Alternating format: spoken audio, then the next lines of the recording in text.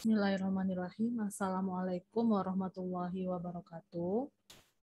Pada pertemuan ketiga sore hari ini, untuk mata kuliah statistika non-parametrik, kita akan membahas tentang uji Kolmogorov-Smirnov. Uji Kolmogorov-Smirnov ini merupakan uji yang paling sering digunakan oleh matematikawan dan statistisi ataupun para peneliti lainnya, dikarenakan uji Kolmogorov-Smirnov ini berfungsi untuk menguji normalitas data, karena jika data tidak berdistribusi normal, maka tidak dapat dilakukan statistika parametrik, sehingga statistika yang wajib digunakan adalah analisis data yang non-parametrik jika data tidak berdistribusi normal. Sedangkan jika data berdistribusi normal, dapat menggunakan statistika parametrik.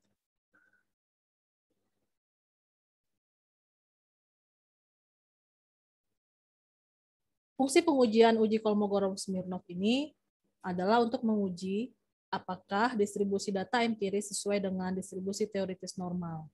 Sehingga hipotesis yang akan diuji adalah H0 data berdistribusi normal, H1 data tidak berdistribusi normal.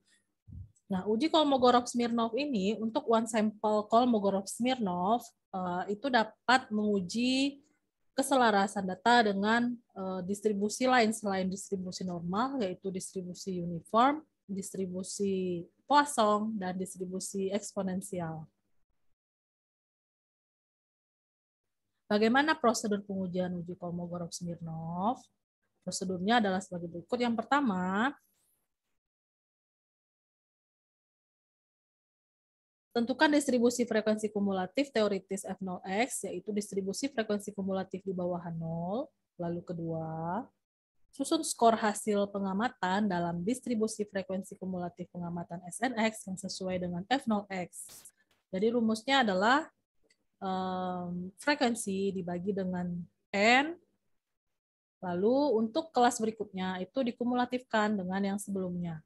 Ketiga, untuk tiap jenjang atau rank, hitung selisih harga mutlak F0x min SNX. Lalu yang keempat, hitung harga D maksimum dengan rumus D sama dengan maksimum dari mutlak F0x min SNX. D adalah penyimpangan, F0x adalah sebaran kumulatif teoritis, SNX adalah sebaran kumulatif hasil observasi. Dan kriteria uji untuk menolak atau menerima H0, jika D lebih dari D tabel, maka tolak H0. Jika D kurang dari sama dengan D tabel, itu terima H0. Nah, bagaimana tabel nilai kritis Kolmogorov-Smirnov? Seperti ini. Berikut ini ada tabel dari N sama dengan 1 sampai dengan N sama dengan 100. Dan pendekatan untuk N sampel 200 itu seperti dapat dilihat pada tabel yang ada.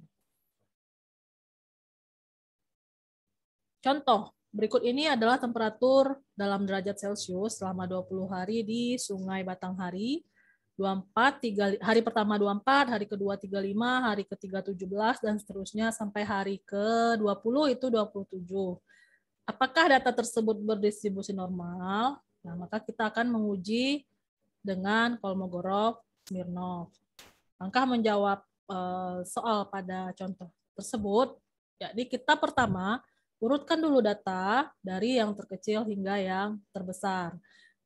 Maka diperolehlah seperti ini, yang terkecil adalah 12, yang terbesar adalah 58. Lalu kita tentukan range, yaitu 58 dikurang 12, max min min gitu ya, atau max min min sama dengan 46. Lalu kita pilih banyaknya kelas dengan rumus K sama dengan interval plus 3,322 log 20. Diperolehlah 5,322, dibulatkan ke bawah menjadi 5, lalu hitung lebar kelas, tentukan batas kelas, yakni 10 sampai 20 kelas pertama, 20 sampai 30 kelas kedua, dan seterusnya hingga kelas kelima adalah 50 sampai 60.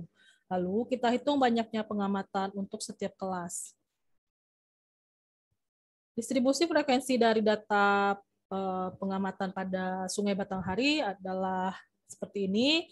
Untuk kelas pertama yaitu 10 hingga 20 frekuensinya 3, 20 sampai 30 frekuensinya 6, 30 sampai 40 frekuensinya 5, 40 sampai 50 ada 4 data yang ada di frekuensi, sehingga 50 sampai 60 ada 2 data. Sehingga total jumlah sampelnya adalah 20. Seperti disebutkan di contoh tadi, 20 hari pengamatan pada Sungai Batanghari.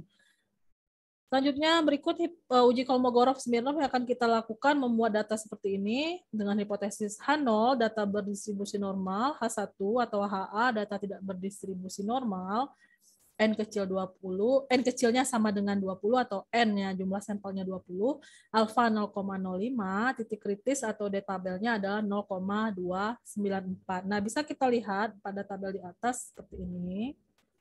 Nah, ini dia yang ditandai ya, 0,294 karena N-nya 20 dan alfanya adalah 0,05. Oke, kita lanjutkan. Sehingga diperolehlah titik kritis D tabel adalah 0,294. Kita hitung dulu min data berkelompok. Seperti ini, diperolehlah min data berkelompoknya adalah 33. Lalu, kita hitung varians data berkelompok, S kuadratnya 153,684, sehingga simpangan baku atau standar deviasi adalah akar dari varians diperoleh 12,4. Berikut statistik uji Kolmogorov-Smirnov-nya. Z sama dengan XI min X garis per S.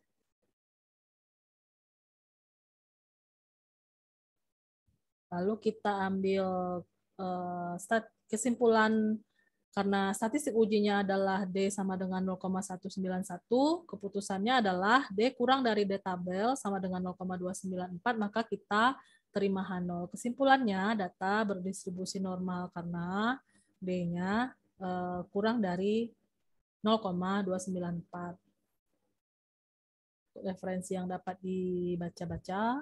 Demikian materi terkait uji Kolmogorov-Smirnov. Selamat sore dan assalamualaikum warahmatullahi wabarakatuh.